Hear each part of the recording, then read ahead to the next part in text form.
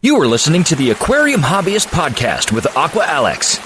On the Aquarium Hobbyist Podcast, any and everything tropical fish and aquariums will be discussed. From freshwater to saltwater, cichlids to clownfish, Aqua Alex has you covered. What tropical fish topic is up for discussion today? Let's find out.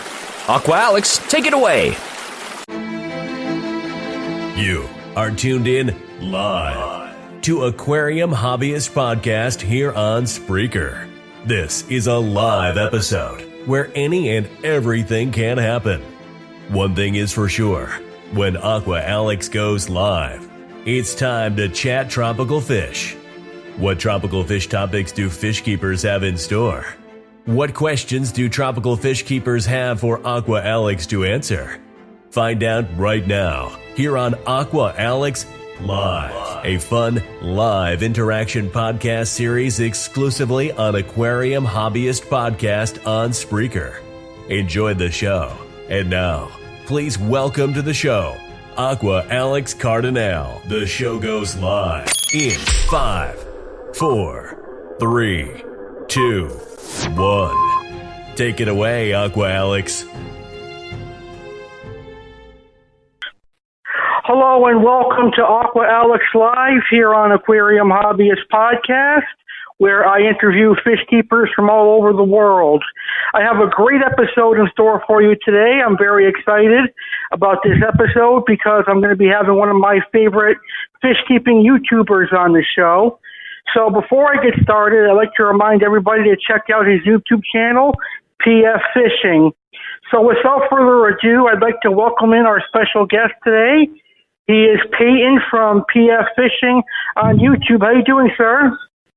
How you doing? Doing well.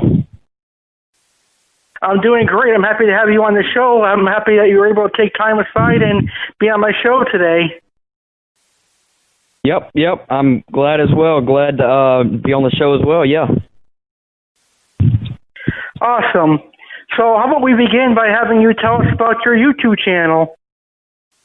Yeah, so my channel basically is just, overall, it's just a fish keeping channel with some fishing videos mixed in here and there. I've got a pretty wide assortment of different types of fish. I've got a couple different kinds of cichlids, some oddballs, some guppies, endlers, catfish.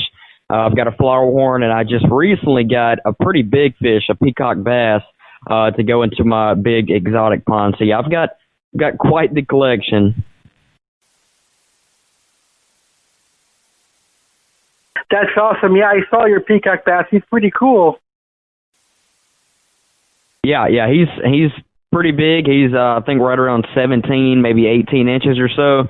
I haven't gotten him to start eating yet, but he's only been in the pond for a couple of days. So, it takes those guys a little bit longer than other fish to, really settle into a new pond or, whatever before they start really eating and getting the groove here of everything,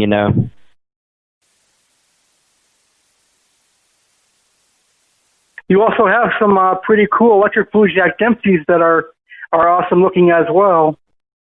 Yeah, those are some pretty cool fish. I've had those for I think probably about a year and a half now or something like that, and I got them when they were itty bitty, and they were they've been a pretty peaceful and not a very hard fish to keep. Honestly, they're a lot more expensive than a regular Jack Dempsey. But they're nowhere near as aggressive as a traditional Jack Dempsey is, and definitely have a lot more color in them. They've just been really, really slow growing, but I just recently moved them into my peacock cichlid tank, and they're doing really, really good in there with the African cichlids. Awesome. So why would you recommend people to check out your YouTube channel? What would I recommend they check out, or why? Yeah, why would you recommend people to check out your YouTube channel? I don't know. Maybe just to see my point of view of the hobby, see what I've got. I feel like every hobbyist does their thing in a different way than others, not only as far as like what kind of fish they keep, but, as far as like the setups and, just everything that they do to, make it a hobby.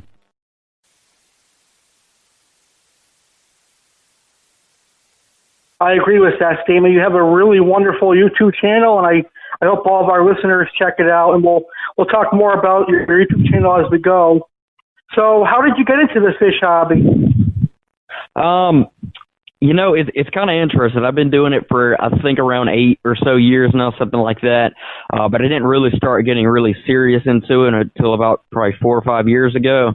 But I think it was probably my grandma. She actually had, I think it was like a 30-gallon or something like that. This was a really long time ago when I was a lot younger. And I remember always looking at it, and there were so many. She had nothing but guppies in there. There were so many guppies in there that it was just mind-blowing. Like, I was just amazed at how many were in that tank. They would all the time breed, and it was just packed full of them. So I think it was that, really just seeing that, and then seeing other people's tanks and stuff like that, and, going to pet stores and seeing all the different kinds of fish. I think that just really interested me, compared to, other things out there, That's cool. I was born in the fish hobby, so I had no choice but to be a fish keeper. Okay, yeah. So what do you enjoy the most about fish keeping? I don't know, just experimenting, keeping different types of fish, I guess. I've always been really big into cichlids, not just African cichlids or not just South American cichlids, but, just keeping a variety of different kinds of fish, like, oddball fish or something that really amazed me. Like, I've got a couple different oddballs that I have would be like a flagtail. I've got a leporinus. There's something else I've got that would qualify as an oddball. But, yeah, those are definitely a group of fish that definitely interest me. The flagtail in particular, I've had one now for about 6 or 7 months now, and I'm actually watching him right now. I'm out here in the fish room. He is very, very energetic and really cool fish, really interesting fish, and just a unique fish as well, because he's a lot different than any other, tetra or barb that might kind of look like him. He kind of looks like a tinfoil barb, but in reality, he is completely different. And it's been quite the challenge trying to get him to eat different foods and stuff. I mean, he, when I find something that he likes, I try to feed him that a lot, because like I said, it's really difficult to find something that he can, that he will actually eat, because they're not very carnivorous. They won't really eat pellets and stuff like that. They're more of a plant eater than anything. So, he's a pretty cool fish I've got. I agree with you on the flagtails. They're interesting fish. Back when I had freshwater, I used to always have a flagtail in my aquarium. They're a gorgeous algae eater, perhaps the best algae eater in freshwater. Yeah, they are a really good algae eater. Yeah, I do agree with that. Leporinus are pretty cool, too. They're great in cichlid tanks. Yep, that's exactly where I've got mine. I've got mine in my peacock cichlid tank with the 2 Jack Dempseys. He's a pretty wild fish. It's pretty cool. He'll be swimming around with them, up there schooling with them and all that, and then all of a sudden he'll just get pissed off about something and then just chase one of them off out of nowhere. So yeah, he's pretty cool, and they get really big too. They get pretty dang big. I think probably 12 inches or so. Mine's only, I think, probably 4 or so right now. So he's definitely got a lot more growing to do, but he's definitely grown a good amount since I've first gotten him. He goes great in your pond when he gets to his adult size. Yeah. Him and the flagtail, actually. That would be pretty cool. So have you ever kept a fish that's similar to flagtails and leporinus called silver dollars? Yeah. I actually used to have a pretty darn big red hook silver dollar. I had him for about 2 years or so, and I got him up to about full-grown size. He was a massive fish. He was a cool fish too. Plant eater though. Any plants I'd put in there. I actually had angelfish in the tank with him, and I wanted to put some plants in there. And any plants I put in there, once he got a little hungry, he would go and just rip them out of the sand and just eat them to shreds. Oh, that's cool. Silver dollars are one of my favorite freshwater fish. Yeah, they're cool. They're cool to they're one of those fish, like the flagtail and the leperinus that isn't very aggressive but gets really big, and it's a cool fish that you can mix in with other big aggressive fish, and it's just cool to have something different in there, because, I'll see some people how they'll have, big monster fish tanks, and they'll have like a school of probably 4 or 5 silver dollars in there, and it's just cool to see something else in there besides big fish that don't do a whole lot of moving, and the silver dollars are pretty well schooling up and moving around the tank all the time. I agree with you on that. So I know that you currently work at a local fish store. That's pretty amazing. What is it like to work at a fish store? It's something I've always wanted to do. I've been there for about a year or so now, almost a year. And it's a fish store that I used to go to when I was a lot younger, when I was first starting to get into the hobby. My grandma actually took me and my friend there. We were actually going to this event, and she wanted me to look at this fish store because I was when I was really getting into keeping fish, I was probably 9 or 10 years old. And we go in there, and I remember asking the owner, his name is Gordon, and I remember he had some koi angels up in a tank, and I said, "How much are the koi angel?" And I think he said maybe $20 or something like that. And it was at that point on that I went there for probably every Saturday in a row for probably 2 or 3 years or so. And then his other worker, it's a pretty small store, isn't a very big one, but it's a very old one though. It's around 50 years old or so. I actually did a tour of it a couple months ago. If your listeners would be interested, you can go check that video out on my channel where I do a pretty good tour of the whole fish room and all that. But him and his other co-worker, Amy, she's been there for about 20 years or so. They told me that they saw my interest for, the fish keeping hobby and all that, and how much I knew at such a young age. And, it was pretty much as soon as I turned 16, they offered me a job. He was basically like saying, "Hey, when can you start work?" And ever since then, it's been pretty fun. I've learned a lot just by working at a fish store, not only about fish and tanks and all that, but just people in general, just working in retail.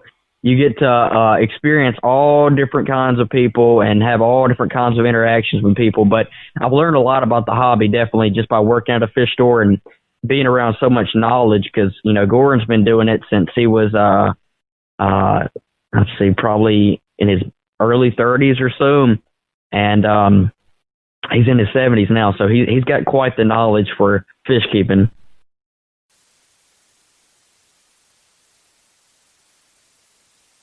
That's awesome. So it sounds like it's an awesome fish store and a great environment to work and a great place to learn about fish. It is, and he even says it himself, he's not a strict boss at all. It's really simple, laid back. And, he even said it himself, he tries to make it more fun than it is work. And it truly is like that. It's, you have a lot more fun there than you do work. Now I'm going back to school, so I'm not there on Thursdays anymore, but that's when we would get in our fish shipments, and it would be around 9:30 or so in the morning, and we'd get our fish shipment in, and I would be the one that would get to unbox all of it and, acclimate all the fish and release them and all that. And that's the funnest part about it, and he says it himself, him and Amy, they've been doing it so long, but, still to them every week, that's like Christmas, because you don't know what you're going to open up in that box. Obviously, you know what you ordered, but you don't know exactly what it's going to look like. And, it's just like opening up presents on Christmas morning, getting to unbox all those fish every week. So that's a pretty cool aspect of it, I guess. Yeah, that does sound like fun. Always looking at new fish that come in. Yeah, it is. You get to see all different kinds of stuff. He's not someone who orders a whole bunch of, weird stuff and all that, because he did that when he was a lot younger, and he just realized, that's not what a lot of people are going to get. We do special orders for people. If there's a certain fish that they want, obviously we can order and all that for them. But he doesn't get a whole bunch of, weird, expensive fish that are going to be really hard to sell, because he's been doing it so long. He knows what works. He knows what's easy to keep, and he knows what people like to buy, what most people like to buy. That's important as a fish store owner. So do you get free fish for working there? Not exactly. I don't get charged full price, which is a good thing. I get charged about half or so for all the fish and all that I get there, so that's good. But the biggest thing that I like is getting first pick on everything, getting to see everything out of the box right when it's there. Like for example, my peacock tank, back when I was adding fish to it, or starting to add fish back to it a couple months ago, we got like 20 or so peacocks in one week, and I was like, you know what? This is the week that I'm going to pick out 3 of the best looking peacocks in this batch, and I'm going to get my peacock tank back going again. And so that's always cool, because I got to pick out which were my 3 favorite peacocks out of all the 20 fish that we got. So that's a cool thing. You get first pick on everything. I agree. That's awesome. So how's the fish hobby in your area? Is there a lot of fish keepers in your area?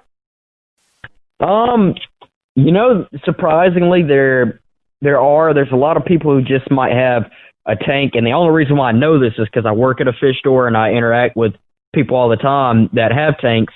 Most people they're just ordinary people who have a tank. There's not a lot of I guess you would call it enthusiastic hobbyists around here like me. There are definitely quite a few that come into the store though, but I wouldn't say it's as big as some other places like in Florida or maybe up in the northern parts of the U.S. where there's a lot more passionate hobbyists. I think a lot of people here are more interested in like cichlids and stuff like that over anything. Betas and guppies are definitely and tetras are pretty big here as well. Your ordinary common fish, but there aren't a lot of really, really passionate hobbyists here. Kind of like what you're getting at, but yeah, I mean, there's definitely a good handful of good hobbyists, I would say, that are really passionate about it here though as well. Just not a bunch.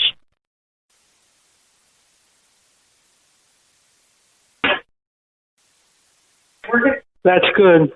So do you have any future fish keeping plans? I've got about 12 tanks. I've got some turtles outside, and I've got 3 ponds. That's enough for me. I am thinking about in the future maybe getting a bigger pond, but I'm definitely not thinking about getting any other tanks right now. If anything, I'd be getting rid of some of my smaller tanks and maybe replacing them with one other bigger tank. But I am thinking about maybe getting a bigger stock pond because that peacock bass is huge and he's only going to get even bigger than that. And I also have some other fish in there that are going to get really big as well. And there's also some other exotic fish that I want to keep, but I don't think I'm going to really be able to have the room to keep them in that 300-gallon pond. So maybe getting a bigger exotic pond and maybe getting rid of some of my like 10 gallons and stuff like that and getting one other bigger tank in replace of them. But other than that, not really, no. Awesome. Getting a bigger pond sounds exciting. Yeah, that'd be great. At the beginning of the summer, I was actually really planning on doing a in-ground pond. I've done them before, and making it a cold water pond and also having my exotic pond. So having the cold water, I actually have you might know this, I actually have a big fishing pond in my backyard where I have, bass, bluegill. I put a big alligator gar in there. You can check that video out on my channel. And he's pretty cool. I get to see him quite often out there. But I was going to make it a cold water pond out there in my yard just with like a big bass and some bluegill and a gar and stuff like that. And then also have my exotic pond for like the peacock bass, some kind of big exotic catfish and that kind of thing, Oscars and all that. But then I kind of merged those two ideas, and I was like, well, you know what? The main cold water fish that I'm wanting to keep in this pond is a largemouth bass. So I just said, you know what? Scratch that idea because I live in Alabama, and here in the South, it gets really, really hot here in the summer, and it is not fun digging out in that direct sunlight heat, 98-degree weather all day. So I was like, scratch that idea. I caught me about I'd say probably 10-inch largemouth or so out of my pond, and he's doing great in my exotic pond with my Florida gar, my tiger Oscar, and now my peacock bass. So that was really the main fish that I was wanting to make that pond for, and I was like, why go through all that trouble when I could just have him, in this pond right here? So I've got that pond. I've got about a 20-gallon guppy pond that I'm raising some, what are they called? There's some kind of Dumbo ear guppy. I can't even think of their name right now, but I actually ordered 3 pairs of them earlier in the summer, and they have been breeding like crazy in that pond. And then I've also got a goldfish pond as well. So those are the 3 different ponds that I've got. That's awesome. So you've got an amazing selection of fish. Yeah. The goldfish pond, I've got 3 butterfly koi, 1 big comet, and a turtle. It's not a very big collection right now, but I'm going to add some more goldfish to it here pretty soon, probably. Those are some fish I'm planning on getting, just kind of filling the pond up a little bit more. The good thing about the goldfish is they're cold water, and I don't have to have it heated in the wintertime. So, and it doesn't get super cold here in the wintertime anyway, so that's good. That's true. So, more on your YouTube channel, PF Fishing. What is your favorite video that you've done so far? I don't know, because I find myself critiquing every video that I post. Just, finding something that I felt like I could have made better, and I try to incorporate that into the next video and make that next video better than the last one, fix my mistakes as I go. And I feel like I have gotten better as I've gone on. I've been doing YouTube now for about 2 years, and I've had a lot of fun with it. I really have. And it started out as just a strictly fishing channel. That's where the name PF Fishing comes from. It was just a fishing channel at first. It was that's all it was, and then it kind of turned. And I was keeping fish at the time, but I'd actually kind of, lost interest in the hobby a little bit there. And then as I started to show some of my fish, a lot of people were interested in it, and I started gaining a lot more subscribers from the fish keeping side compared to the fishing side. And that's when I started getting back into the hobby a lot more, and getting more fish and all that, fixing up the tanks, getting new tanks, new fish, getting my saltwater tank set up and all that. And it's been really, really fun, honestly. But I don't know if I have a favorite video, to be honest with you. I think everybody has their, all of my viewers have their own opinion as to what their favorite video is. Personally, I don't really have a favorite. I think some videos are better than other videos that I've done. But I don't think there's one video that really sticks out to me that's better than the rest of them. I've been following your YouTube channel for about a couple months now, and I enjoy every video you do. You do a great job with your YouTube channel. Thanks. I really appreciate that. I try to, please everybody and, listen to people's comments and feedback and all that, and try to, just make the videos better and kind of keen them to my audience and to where, they would like them, and, just, really just listening to my audience, because obviously that's how a YouTube channel is made, from, their audience, their fan base, their following and all that. That's very true. So all of our listeners, make sure you check out PF Fishing on YouTube and hit that subscribe button. I really think you're going to enjoy his channel. He's got some awesome fish videos and some incredible pond videos as well. So definitely check out PF Fishing on YouTube. Thank you so much for being on the show today. I had a great time chatting with you. I had a great time as well. I'd love to be back on. Oh, definitely. We'll have you on again. I'll definitely have you on my show again, because you're one of my favorite YouTubers. Thank you. I really appreciate it. Awesome. So thank you again, Payton, for coming on. Thank you. I'll talk to you later. Okay. And thank you, everybody, for tuning in to this wonderful episode of Aqua Alex Live on Aquarium Hobbyist Podcast. And I'll see you on the next episode of Aquarium Hobbyist Podcast.